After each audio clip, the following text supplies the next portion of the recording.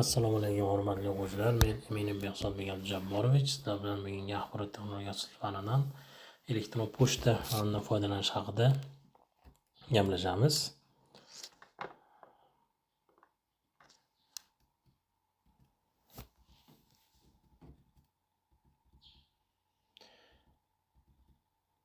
Rejamiz elektron pochta haqida ma'lumot, elektron pochta yaratish, xat yozish va email imkoniyatlari.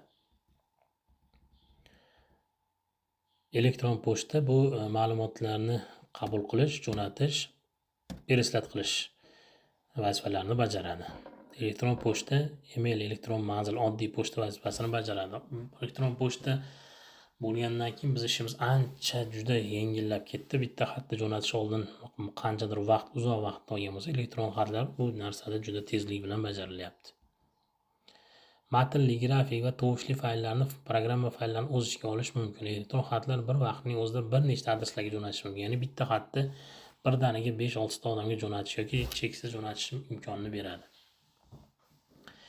Internet foydalanuvchisi elektron pochta orqali tarmoqning turli xizmatlaridan foydalanish imkoniyatiga ega bo'ladi. Chunki internetning asosiy xizmat programmalari bu interfeysga ega. Bunday yondashuvchining mohiyati shundaki, xos kompyuter tanlab elektron xat ko'rinishida jo'natiladi. Xat matnni zarur funksiyasiga kiritish ta'minlovchi standart yozuvlar to'plamida tuziladi. Bunday axborotni kompyuter komanda sifatida qabul qiladi va bajaradi. Elektron pochta nima? Elektron pochta maxsus programma bo'lib, uning yordamida siz dunyoning ixtiyoriy elektron adresiga jo'natishingiz mumkin. Har qanday ma'lumotlarni fayl ko'rinishida jo'natishingiz mumkin. Elektron adresda provayderlar yoki internetda bepul elektron pochta xizmatlari mavjud. Ular yordamida o'zingizga elektron adres ochishingiz mumkin. Ya'ni bu yerda ko'rsatyapti mail.ru sayt orqali internet ochishingiz mumkin, pochta ochishingiz mumkinligini ko'rsatyapti. Mana elektron pochtani ko'rinishda, to'ldirishda, ochishda qanaqa bo'ladi? Bu yerda mana pochtaniga nomi va oxirida mail.ru. Hammasida kuchukcha mail.ru belgisi bo'lishi kerak. Agarda mail.ru dan ochayotgan bo'lsangiz yoki google.com parol qo'yasiz va o'zingiz esda qoladigan va saqlab qolish uchun parol qo'yishingiz kerak. Keyin mabodo esingizdan chiqarib chiqsa, shuni qayta tiklash uchun savol beriladi. Shu savollar orqali ham qayta tiklashingiz mumkin. Mana bu yerda to'liq ma'lumotlar kiritib, pochtani savzdat qilamiz.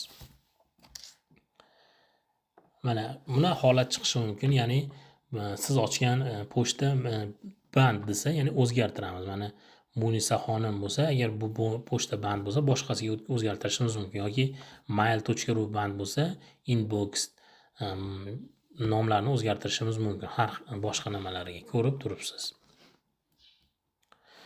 Shundan so'ng registratsiya pochta yashil tugmasi bosiladi. Ya'ni mana bu tugma bosiladi. Hamma yo'q bo'lgandan so'ng. Agar biz tanlagan login oldin registratsiyadan o'tmagan bo'lsa, to'g'ridan-to'g'ri pochta ochiladi. Aks holda yana boshqa nom qo'ying deb ogohlantiradi. Mana endi pochta ochilgandan so'nggi holati. Bu yerda pochta ochildi. Bu pochtada kelgan xabarlar ro'yxati yashaydi. Jo'natganlarning отправленияda turadi. Ya'ni yoki chernovka saqlab qo'ygan bo'lsalar, chernovkada turadi. O'chirganlarning korzinka bo'limida turadi. Shu yerda ma'lumotlarni jo'natish va o'qish mumkin. Biz tanlagan loginimiz oldindan kiritilganini eslab boshqa login tanlashimizga ruxsat berish ham mumkin. Shundan so'ng biz registratsiya login tanlab, registratsiya pochtasi yashil tugmasi orqali bossangiz, natijada yangi elektron pochta hosil bo'ladi. Mana o'zimiz uchun shaxsiy elektron pochta yaratib bo'ldik. Elektron adres odatda email deb ko'rsatiladi. Elektron pochta yuborganda siz xuddi xatni yo'ratganda uning kimga, qayerga, kimdanligini yozishingiz shart. Siz har bir xatni bir nechta adreslarga yuborishingiz mumkin bo'ladi. Bu haqda aytib o'tdik. Xat yozish tartibi. Pochtangizga kiramiz. Napisat pismo buyrug'ini tanlab bajaramiz. Kamu maydoni elektron adres yozamiz. Masalan, Aqodirov doda.uzga ma'lumot jo'natilyapti. Kopiya maydonida xatni nusxalangan yuborilgan mualliflarni yozishimiz mumkin. Ya'ni bitta xatni bir nechta odamga jo'natishimiz mumkin deyapti. Masalan, tabrik. Pastda katta darajada esa xatni matnini yoziladi. Masalan, assalomu alaykum hurmatli Ahmadjon Qodirov va hokazo shu narsalarni yozib u xatni jo'natishimiz mumkin. to'lov matnini yozib jo'natishimiz mumkin. Mana chiqdi. Mana ko'rib turibsiz. Sizdan ketyapti, kam u kimga ketyapti. Kopiyalari, ya'ni shu xat bir nechta odamga jo'natish mumkin. Bu yerda matnni yozamiz yoki buni bir ikkita qilib ham ma'lumot jo'natishimiz mumkin. Va so'ngra отправить tugmasini ezamiz va ma'lumotlar отправленный bo'lmaga tushadi. Mana ma'lumotimiz ketdi. Shu elektron pochtadan foydalanish, ma'lumotlarni jo'natish mavzusimiz bo'ladi. Sizlar bilan yana keyingi darslarda ko'rishamiz.